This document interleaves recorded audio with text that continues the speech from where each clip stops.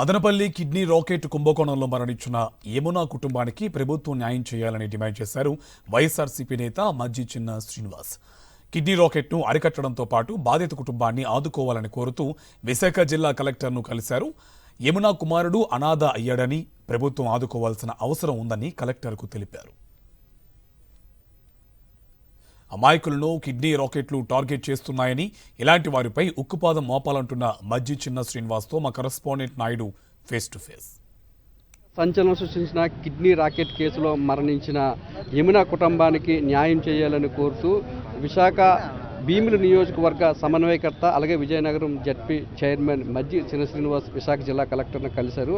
అసలు జిల్లా కలెక్టర్కు ఇంకా ఏ అంశాలను వివరించారు, ప్రభుత్వం తరపు నుంచి ఆ యమునా కుటుంబానికి ఎలాంటి సహాయ సహకారాలు ఇస్తారని హామీ ఇచ్చారనే విషయాలు మనతో మాట్లాడడానికి చిన్న శ్రీనివాస్ సార్ చెప్పండి, అసలు ఏం జరిగింది, అసలు ఈ అబ్బాయి గురించి ఏ అంశం దృష్టికి తీసుకువెళ్ళారు?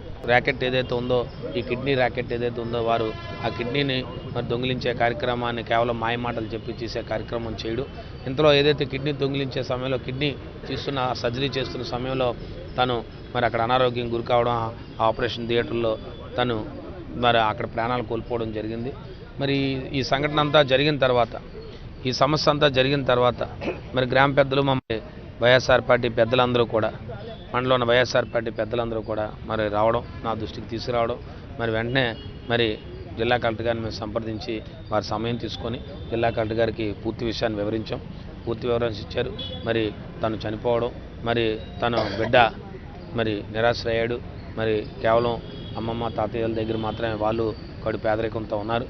కాబట్టి మరి అతను చదువు నిమిత్తం కానీ మన ఆర్థికంగా ఆదుకుందని చెప్పి జిల్లా కలెక్టర్ గారిని రిక్వెస్ట్ చేశాం. వారు కూడా చాలా సానుకూలంగా స్పందించారు.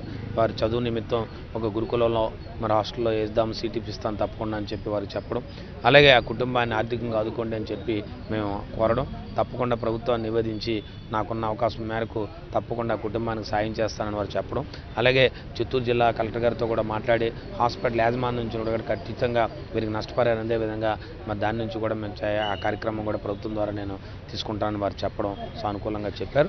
కాబట్టి ఇలాంటి సంఘటనలు, ఇలా ఎవరైతే ఇలాంటి అబాయకులు ఉన్నారో ఇలాంటి వాళ్ళని మరి టార్గెట్ చేస్తూ ఒక ముఠా ఎవరైతే వెరిఫై చేసుకుని అందరినీ ఐడెంటిఫై చేస్తున్నారో ఇలాంటి కార్యక్రమాలు జరుగుతున్నాయి.